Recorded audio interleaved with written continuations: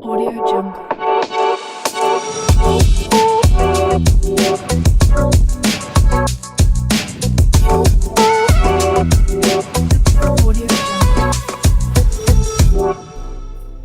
What is going on, everybody? Welcome back to the Leadership Loophole.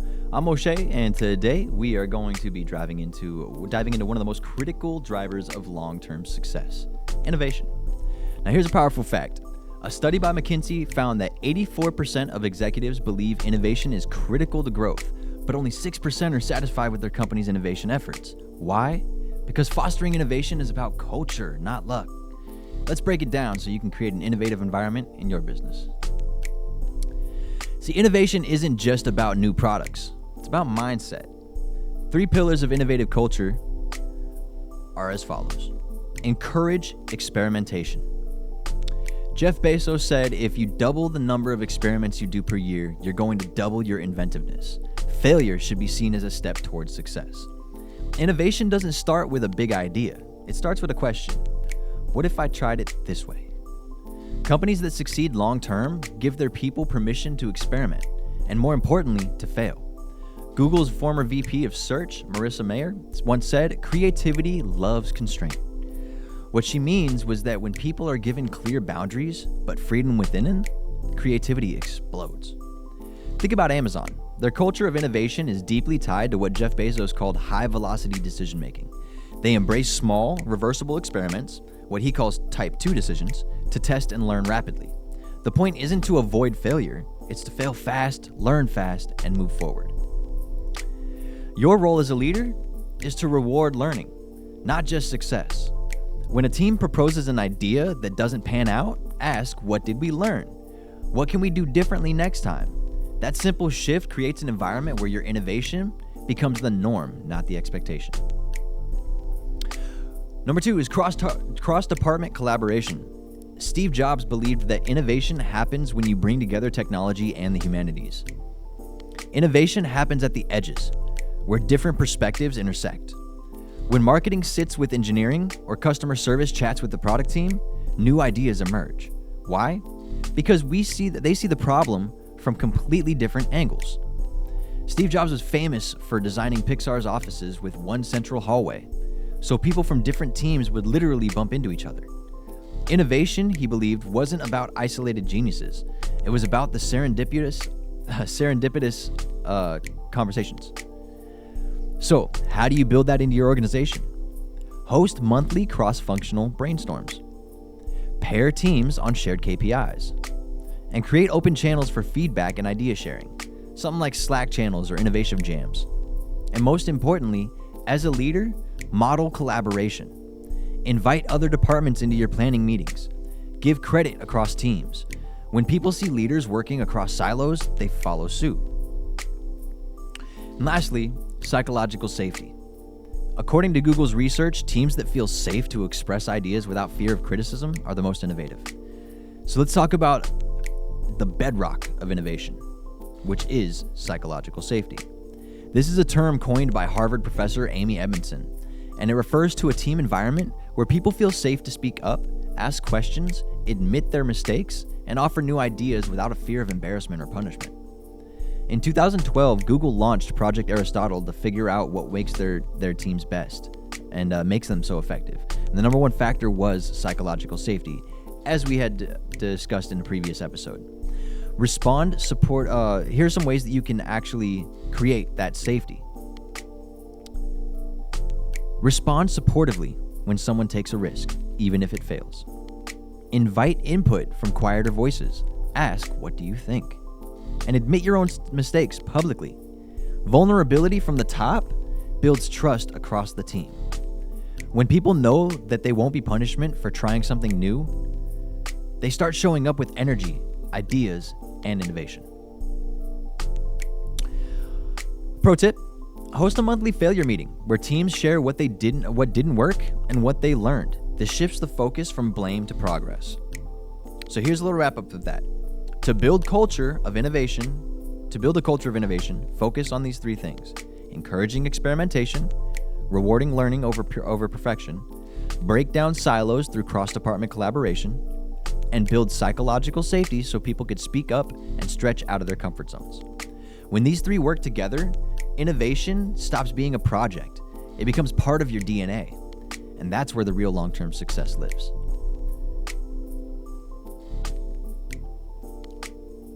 So let's dive into what fuels innovation. Creativity. But many teams feel stuck in a routine. So here's how you can unlock their potential.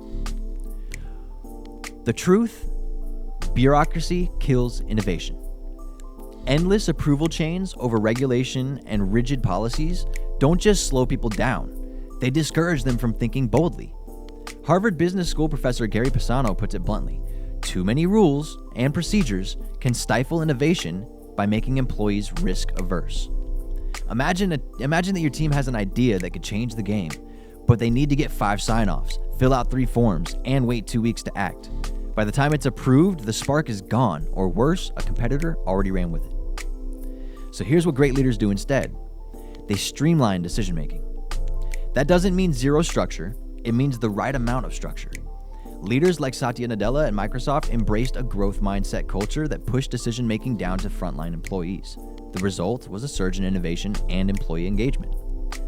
So audit your processes. Ask your team what slows them down.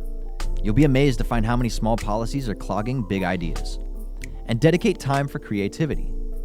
So let's talk about time in that regard. A common misconception is that creativity just happens. But in reality, creativity needs time and space to breathe. If your team is stuck in a back-to-back meeting and fighting deadlines 24/7, there's no mental room for fresh ideas. Google famously implemented a 20% time concept, which lets employees dedicate 1 day a week to projects outside of their core responsibilities. That led to the creation of Gmail and AdSense. Not a bad ROI on creative freedom, if you ask me. Author and researcher Danielle Pink writes in Drive, "The most productive people aren't those who work the longest, but those who carve out time to think, reflect, and explore." Creativity thrives in the margins, those open blocks in the calendar when minds can wander, collaborate, and tinker. Try implementing these creative sprints or no meeting mornings once a week. Even 90 minutes of uninterrupted time can spark something new. And research shows companies with diverse teams are 45% more likely to report revenue growth from innovation. So let's look at the third key ingredient: diverse perspectives. And here's the deal. If everyone on your team thinks the same, your ideas will all start looking the same. Diversity, be it of background, thought, experience, and culture, fuels richer discussions and more innovative outcomes. Scott Page, professor at the University of Michigan and author of the Diversity Bonus, found diverse teams outperform homogeneous ones because they bring more tools, heuristics, and perspectives to solve complex problems. Think about it like this. If you have a toolbox full of only hammers, everything starts to look like a nail. But if you add wrenches, screwdrivers, and pliers, suddenly you could build something far more sophisticated. Diverse teams don't just come up with more ideas, they come up with better ideas. But, and this is critical, diversity must be inclusive. It's not enough to have a diverse team if only a few voices are getting heard. You need to foster psychological safety so people feel comfortable sharing. Actionable tip for this: make inclusive brainstorming a habit. Invite feedback from quieter team members and rotate who leads discussions. Reward curiosity and respectful dissent. Encouraging creativity isn't just a nice to have, it's a competitive advantage. Removing bureaucratic barriers gets ideas moving. Dedicating time for creativity ensures that they don't get buried under daily grind. And diverse perspectives make sure all those ideas are bold, inclusive, and innovative. As Steve Jobs once said, creativity is just connecting things. Your job as a leader is to clear the way for those connections to happen. For example, Pixar fosters creativity by regularly switching up teams and holding daily brain trust meetings where anyone can critique and contribute ideas. So let's look at 2 companies that have mastered innovation. Let's start with Netflix, a name that's become synonymous with streaming, binge watching, and popcorn nights. But this media titan didn't start on your screen. In 1997, Netflix began as a DVD rental by mail service, co-founded by Reed Hastings and Mark Randolph. The first wave of innovation, they ditched the traditional late fees. That simple change alone disrupted Blockbuster's entire model. But the game changer came in 2007. Netflix saw the writing on the wall, DVDs were fading, and the internet was maturing. So they launched streaming, a risky move when bandwidth was still limited for many users.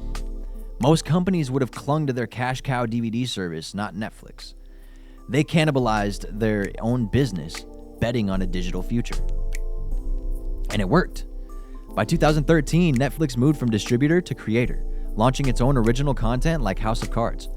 And that wasn't just a business decision, it was a strategic innovation, giving them control over content, data, and global reach. You have to be willing to cannibalize your business before someone else does it for you. Case study summary on that: the problem was they had physical rentals had a lot of limitations, late fees, limited titles, etc. Their innovation was a subscription model, no late fees, and streaming to original content. And the result was from DVD mailers to a $250 billion global streaming empire. So let's shift gears, literally, to another company that does this, Tesla. When Tesla launched in 2003, electric cars were dismissed as slow, niche, and unprofitable. The auto industry giants had little incentive to change. But Elon Musk and the Tesla team had a vision. Let's make electronic vehicles desirable, powerful, and mainstream. Their first car, the Roadster, wasn't about mass adoption. It was about proving a point, which was that electric vehicles could be sexy and fast. Then came the Model S, with over-the-air updates, a minimalist software-first design, and supercharging infrastructure. Traditional automakers had been iterating on hardware. Tesla focused on software, clean energy, and brand aspiration. Their innovation playbook included vertical integration, which was building everything from batteries to AI chips, gigafactories to drive down battery costs at scale, direct-to-consumer sales, cutting out dealerships, and of course, autopilot, their ambitious push into self-driving. Some people don't like change, but you need to embrace change if the alternative is disaster. It's a quote by Elon Musk. The summary of their case study showed their problem was electric vehicles lacked performance, infrastructure, and public appeal. The innovation was a full-stack redesign of the car experience, from software, charging, and branding. And the result? Tesla became the world's most valuable automaker, sparking an electric vehicle arms race. So what can we learn from Netflix and Tesla? Innovation isn't about ideas. It's about execution, risk-taking, and the relentless focus on the future, even if it means disrupting your own model. Whether it's streaming or electric driving, both companies had one thing in common. They didn't wait for the industry to evolve. They became the evolution. So to recap, innovation thrives when you encourage experimentation and risk-taking, give teams the space and resources to be creative, and embrace adaptability. My challenge for you: ask your team one simple question today. If you had unlimited resources, what's one innovation you would bring to our business? You might be surprised by the answers. Let me know how it goes in the comments below. But other than that, I hope you've had a wonderful day. My name is O'Shea, and we'll catch you guys on the next one. Audio Jungle.